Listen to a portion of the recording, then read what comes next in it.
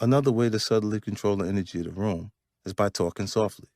Maybe not the advice you were expecting from a rapper, but it's another trick that I found really works.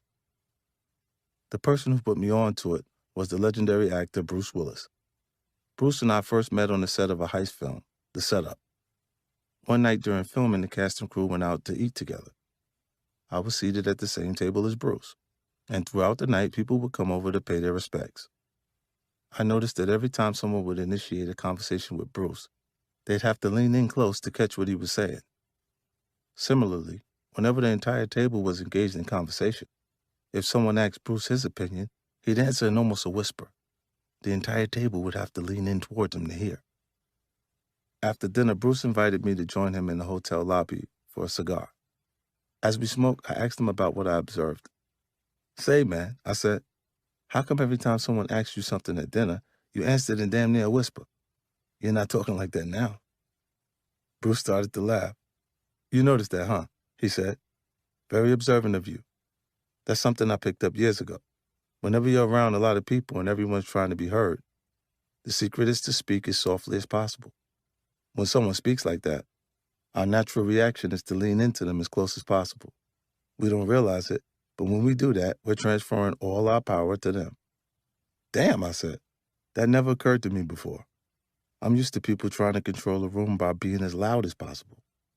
"Try it," Bruce said. "You see what I'm talking about." So I gave it a shot, and Bruce was absolutely on point. The more quietly I spoke, the more intently people listened. In testing the technique, I found that giving people less than they expected wasn't just effective with verbal communication, but with body language too. For example, I noticed that executives always respond to nonverbal cues when they're talking to a room. If they make a point, they expect something from you in return. It can be a laugh, a slight nod, a raised eyebrow, or even just a shift in your seat. Something that communicates to them, "Yes, important person, I'm receiving your information." Even if we're not conscious of it, we usually end up giving them that affirmation that they're looking for. I decided to do an experiment when I was doing a round of meetings with TV executives. For some reason, they seemed just a little bit cockier and more arrogant than other execs, and really liked to control the room. I wanted to see if I could snatch that control out from under them without them even realizing it. Every time some big shot TV exec was pontificating about their plans, when they looked to me for that affirmation, I'd just sit there stone-faced. No nod, no laugh. I would not offer them anything. It would completely throw them off. They became very flustered. Once I had them off their game, it was much easier to assert my agenda and move the conversation in a direction that was more beneficial for me. I was hustling harder, but literally without moving a muscle. Try it yourself. If you're in a meeting and your boss looks to you for affirmation, don't give it to them.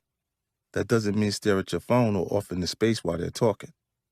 By all means, maintain eye contact and show that you're listening. Just don't offer them any nonverbal feedback beyond that. I promise that if you do that, the person that's speaking will become fixated on you. Subconsciously, they will be thinking, "Everyone else is giving me verification, but this person isn't giving me anything. What's going on?"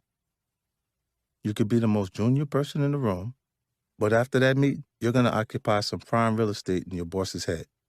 They're going to be thinking, "That's a smart person. I need to pay more attention to them." You will have made a positive and lasting impression on your boss. Now it's up to you to capitalize on that advantage you've created for yourself. If you don't follow up that meeting with impressive ideas and a strong work ethic, the impression won't be worth much. But if you can use your boss's newfound interest to showcase the great work you've been doing, it's really going to propel your trajectory.